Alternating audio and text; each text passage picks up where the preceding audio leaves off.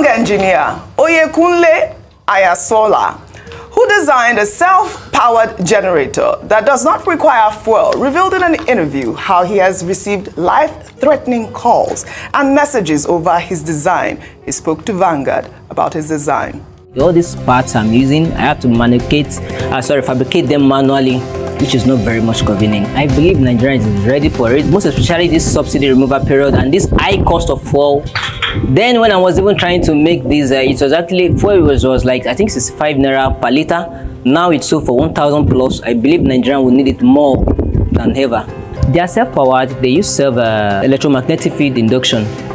Yes, so they are self-powered. The moment you on them, they're charging back itself. It has just smaller 12-volt batteries. So just for you to, kickstart, instead of starting manually. Some of the challenges, is just, threads from, I can't really say though it has been years back, but, from your, not just competitors, they are individuals, I don't know. They kept the threads coming in form of text, in form of calls with private lines. Though it stops for a while, but that could not stop me.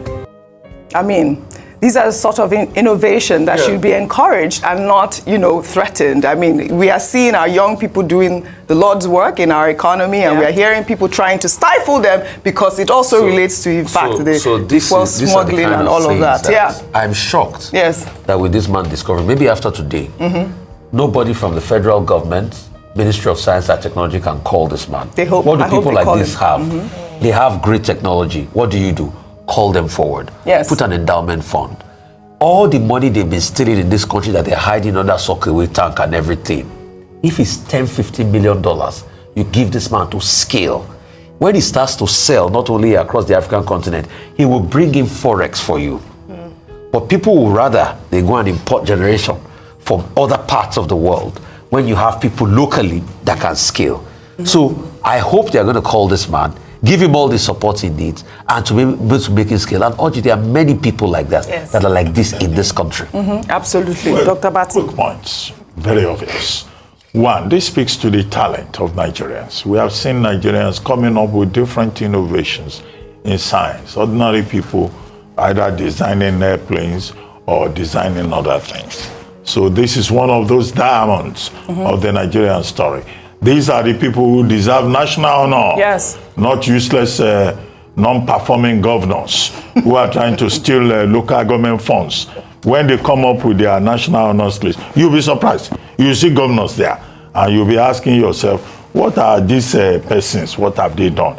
Including Babariga, Login, Agbada, blowing traditional rulers. And you'll be asking yourself questions.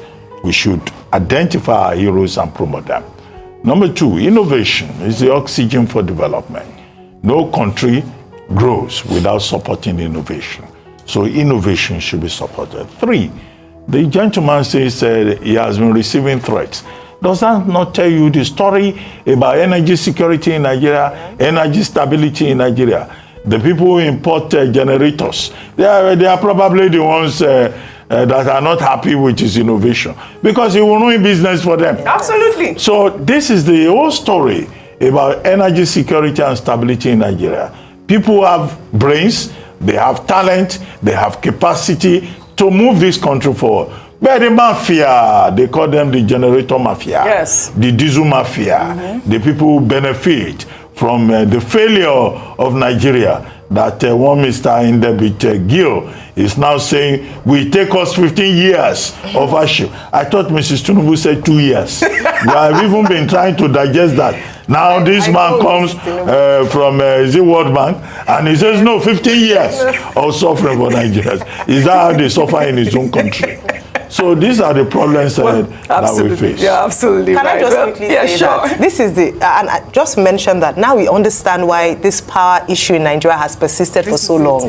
We see the evidence of this. Let me tell you, Nigerians are too brilliant for us to have had power issues for so many years. If we wanted to solve the issue, we would have done it a long time ago. We have brilliant scientists. Only yesterday we had the NLNG Prize for Science innovators sit with us. They are going abroad and doing amazing work. So it's not for a lack of talent or innovation. It's just as a result of the mafia and the saboteurs who do not want Nigeria to work. So if you want Nigeria to work, just political will and support. Invest in young minds who are going abroad, who are harvested by countries abroad, who understand what it means to bring innovators and people who can really work for the country. So this power issue, a lot of the challenges we have in this country, that's why I don't believe in 15 years. We can solve it in a matter of years if we are ready to do so. That's just invest in people. Invest in people. Well said, Ayo, really.